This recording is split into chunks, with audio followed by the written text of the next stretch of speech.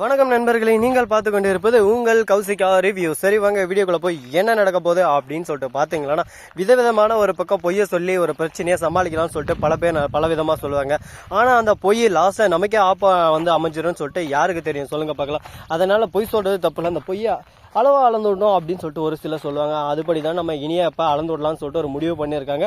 ஆனால் அந்த பொய்னால அவங்க வாழ்க்கையை புரட்டி போட்டுரும் அப்படின்னு சொல்லிட்டு தெரிஞ்ச காரணத்தினால அவங்க அந்த பொய்யை சொல்லக்கூடாது, நம்ம உண்மையவே சொல்லலாம் அப்படின்னு சொல்லிட்டு முடிவு பண்ணிட்டு உண்மையவே சொல்லிடுறாங்க.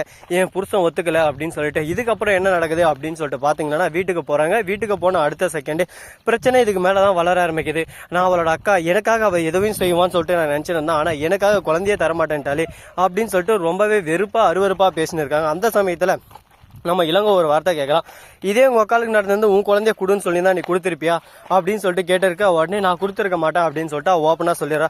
அதே தானே எல்லாருக்கும், உனக்குன்னா ஒரு நியாயம் மற்றவங்களுக்குன்னா ஒரு நியாயமா, உனக்கு வந்தா ரத்தம் மற்றவங்களுக்கு வந்தா தக்காளி சட்னா என்னமா பேசுற அப்படின்னு சொல்லிட்டு கேட்குறாங்க.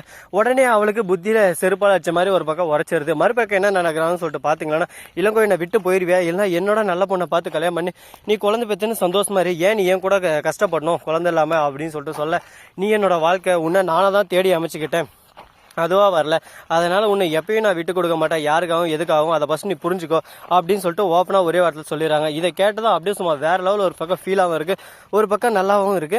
சரி இப்படியெல்லாம் ஒரு பக்கம் போயிட்டு இருந்தாலும் மறுபக்கம் என்ன நடக்குதுன்னு சொல்லிட்டு பார்த்தீங்கன்னா, கரெக்டாக நம்ம இனியா இருக்காங்களே அவங்களுக்கு சோதிக்க மாயா ஒரு விஷயம் பண்றாங்க.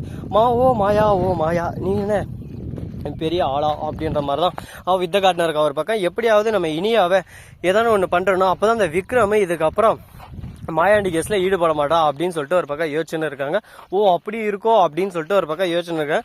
பிரச்சனைகள் பல விதமாக ஒரு பக்கம் போயின்னு தான் இருக்கும், அதெல்லாம் நம்ம பார்த்தா பழைக்க முடியுமா சொல்லுங்க. அப்படிதான் ஒரு பக்கம் போயின்னு இருக்கு. சரி இப்படியெல்லாம் ஒரு பக்கம் நடந்ததுனால மறுபக்கம் என்ன நடக்குன்னு சொல்லிட்டு பார்த்தீங்கன்னா, கரெக்டாக நம்ம மாயா இருக்காங்களா அவங்க வந்து ஆள் செட் பண்ணிடுறாங்க, இனியாவை போட்டு தள்ளுறங்க அப்படின்னு சொல்லிட்டு. அந்த ரவுடிங்களும் இனியாவை போட்டு தள்ள கோயிலுக்கு போறாங்க, நம்ம இனியாவும் கோயிலுக்கு வராங்க. ஆனால் அந்த கடவுளோட அருள் இருக்கிறதுனால கரெக்டாக இனியா கோயிலுக்கு போகிற சமயத்தில் அங்கே குரோடு அதிகமாக இருந்துங்க.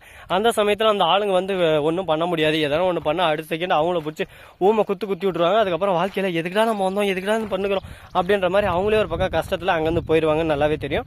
சரி இப்படியெல்லாம் ஒரு பக்கம் போய் இருந்தாலும் மறுபக்கம் என்ன நடக்குன்னு சொல்லிட்டு பார்த்தீங்கன்னா, கரெக்டாக நம்ம அஞ்சலி இருக்காங்களா அவர் வந்து மாயாவுக்கு ஹெல்ப் பண்ணுறாங்க. எதுக்காக அப்படின்னு சொல்லிட்டு பார்த்தீங்கன்னா, கரெக்டாக மற்றொரு சீரியலில் நம்ம இலக்கியாவை எப்படியான தூக்கி போட்டு தள்ளிருந்தால அதனால தான் இந்த ஹெல்ப் பண்ணுறாங்க. சரி இந்த ஹெல்ப் எல்லாம் ஒரு பக்கம் போயிட்டு இருந்தாலும் அதே சமயத்தில் கரெக்டாக நம்ம மாயா இருக்காங்கல்ல அவங்க வந்து இனியாவை கரெக்டாக கிட்னாப் பண்ணிடுறாங்க. நம்ம விக்ரம் தேடாத இடம் இல்லை, ஓடாத காடு இல்லை, ஐயோ எங்கே போயிட்டான்னு தெரியல, என்ன தெரியல, அவர் ப்ரெக்னெண்ட்டாக இருக்காளே அப்படின்னு சொல்லிட்டு பதட்டத்தோட ஒரு பக்கம் பயங்கரமான ஒரு பக்கம் கோவத்தோட அலறலோட தேடின்னு இருக்காரு.